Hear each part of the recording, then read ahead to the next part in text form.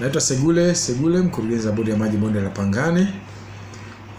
Bonde la Pangani ni taasisi iliyopo chini ya Wizara ya Maji ambayo inahusika na usimamizi wa rasilimali maji.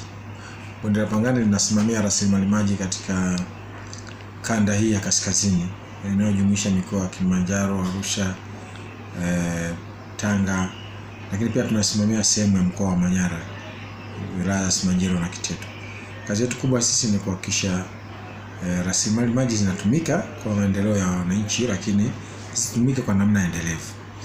Taasisi ya Islamic Solidarity Center inayomiliki shule za Mudio Islamic na Boma Islamic zilizopo wilaya Hai mkoa wa Kilimanjaro inakutangazia nafasi za masomo ya kidato cha 5 kwa mwaka wa masomo 2025-2026. Shule inafanya vizuri kwenye mitihani yake ya ndani na nje. Shule ina walimu waliobobea katika fani zote. Taasisi zote zinatolewa ikiwemo taasisi ya sayansi, sanaa, biashara, Kiarabu, elimu ya dini ya Kiislamu na kuhifadhi Quran. Ada zetu ni nafuu na hulipwa kwa awamu. Kwa mawasiliano zaidi piga simu namba 0714897518 na 0655826526. Mlete mwanao shule za Mudio kwa malezi bora ya duniani na ahera.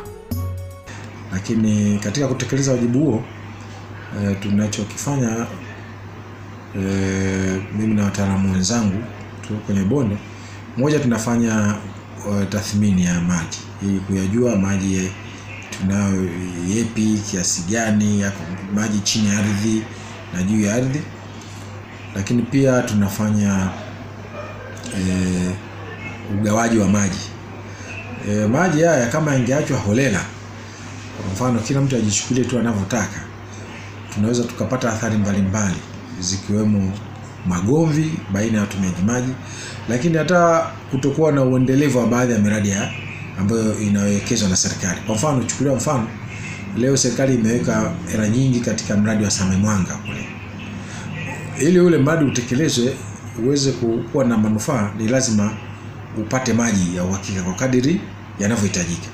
Sasa nani ana uhakikishia ule mradi kupata maji?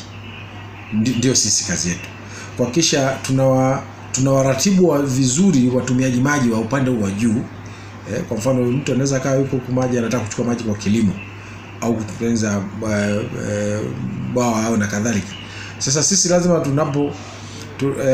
tunawaratibu hawa ili shughuli hizo ziweze kufanyika bila kuathiri shughuli ambazo tayari zimeshapangiwa matumizi ya maji hayo. Kwa hiyo hapa ndio tunapofanya jukumu la ugawaji maji, na sisi tunawagawia maji kuanzia watu binafsi, taasisi za umma na kadhalika. Kwa mfano, baadhi ya watumiaji maji wetu katika eneo hili, kwa mfano mkoa wa Kilimanjaro ambako ofisi kuu ya Bonde la Pangani ndipo ilipo, tuna watu kama Bonite kwa mfano, anazalisha maji kwa ajili ya maji ya chumbu ya chupa na kadhalika.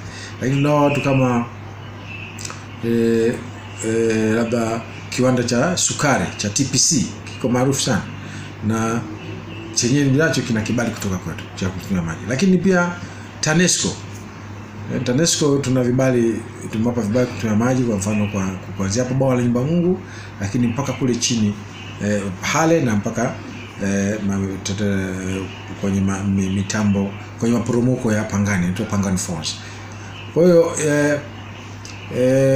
jukumu hili la kugawa maji tunalifanya kwenye kanda zima ili kuhakikisha watu wale tunaowagawia sasa watumie maji kwa kiwango kile tulichowapatia, ili matumizi yao yasiathiri watumiaji wengine. Lakini hilo jingine ambalo hili ingawa tunahitaji kama la tatu, lakini ndio muhimu zaidi, kutunza vyanzo vya maji. Sisi tunahusika kwenye kuvitunza vyanzo vya maji kwenye maeneo kwa namna 2-3 hivi. Lakini kitu cha kwanza tunachokifanya kwenye kutunza vyanzo vya maji, sisi ndio tunahamasisha jamii katika kuhakikisha hawasogelei vyanzo vya maji. Na hili tunalifanya kwa kutoa elimu ya kuelewesha juu ya umbali ambao upo kisheria wa mita 60 ambao huu umeelezwa kwenye sheria ya mazingira.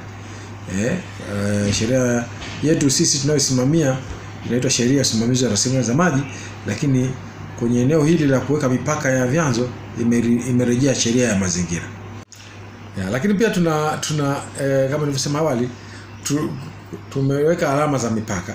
Kwa kwenye yale maeneo tuliwekea alama za mipaka tunaendelea kuimarisha ulinzi wakati mwingine kwa kupitia jumuiya zetu za watumia maji. Kwenye ngazi ya jamii sisi tuna vyombo vyetu vya vinavyotusaidia kusimamia yanayotokea kwenye jamii ambayo tunaita jumuiya za watumia maji. Lakini hii nilisema hapa pia nitumie fursa hii kwanza kuwapongeza wale watendaji wa vijiji na wenye viti wa vijiji na mitaa ambao wanashirikiana na hizi jumuiya. Kwa sababu hao bila kupata ushirikiano wa viongozi kwenye ngazi ya jamii, kazi zao zinakuwa ngumu sana. Lakini niwatoe mwito pia kwa wale wengine ambao hawajatoa ushirikiano wa kutosha, washirikiane na hizi jumuiya, kwa sababu hizi jumuiya zinazofanya ni kuhakikisha zinalinda vile vyanzo vya maji. Zikiona mtu amevamia, vitamchukua vitampeleka kwa mtendaji. Umeona mtu of course wanashirikiana na zile kamati za mazingira pia kwenye ngazi ya vijiji na jamii. Lakini zile jumuiya zetu zinaangalia kama ni mto mzima, hawana mipaka ya vijiji. Kwa hiyo kama ni chemchemu wataiangalia ile chemchemu kwa upana wake. Kwa hiyo lakini kazi zao ili ziweze kufanikiwa ni lazima zishirikiane na viongozi mbalimbali wakiwemo viongozi wa vijiji. Kwa hiyo kwenye eneo hili mfano kupitia hizi jumuiya zetu za watumia maji inatusaidia sana kuhakikisha hatupate migogoro baina ya wananchi na baina ya watumia maji mbalimbali kwenye maeneo husika. Mara nyingi hao ndio wamekuwa wafumbuzi au tunasema problem solvers. Hao ndio wenzetu wanaotusaidia kutenzua migogoro katika ngazi ya jamii. Ndio maana unaona sisi Pangani pamoja kwamba eneo letu linaenda mfano huku Tanga mpaka Mkinga. Huku tunaenda mpaka wilaya ya Kilindi huku. Lakini huku tunaenda mpaka mfano Lushoto, huku Arusha tunaenda mpaka Arusha mjini, tunapakana na wenzetu wa Bonde la Kati huko Kisongo kwenda huko. Hatupo huku kote, lakini jumuiya zipo kwenye maeneo. Kwa hiyo unakuta wakati mwingine ufanisi wetu unategemea sana uwepo wa zile jumuiya, kwa sababu zenyewe ndio zinafanya zile kazi kwenye ngazi ya jamii. Lakini na sisi kwenye ngazi yetu tunafanya zile kazi sasa za kitaaluma zaidi, kujua kufanya hesabu za maji na nini na kukusanya. Kwa hiyo tunapoendelea na jitihada hizi za utunzaji wa mazingira na ninapenda sana kuionyesha nafasi ya Bonde la Pangani kwenye mambo ya mazingira. Na sisi kwetu sisi ni rafiki wa taasisi zote zinazohusiana na mazingira, ingawa shughuli zetu nyingi zinaishia ndani ya eneo la mita 60 kwenye hifadhi ya maji. Na hii kwetu tumechukua ndio sehemu ya kukabiliana na mabadiliko ya tabia nchi ambayo yanasumbua sana kwenye maeneo yetu. Lakini pia ndio eneo ambalo linatufanya ndio eneo tunalotolea msaada katika maendeleo ya nchi, kwa sababu kama unavyojua maji yanatumika na kila mmoja, viwanda vinatumia maji, watu binafsi wanatumia maji na kadhalika. Tusipoyaratibu vizuri, tusipo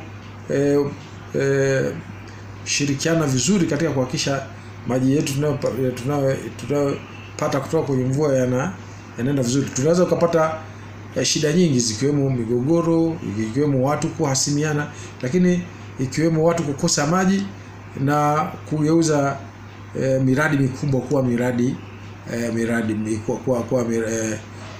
wanasema white elephant, kwa miradi sio na tija.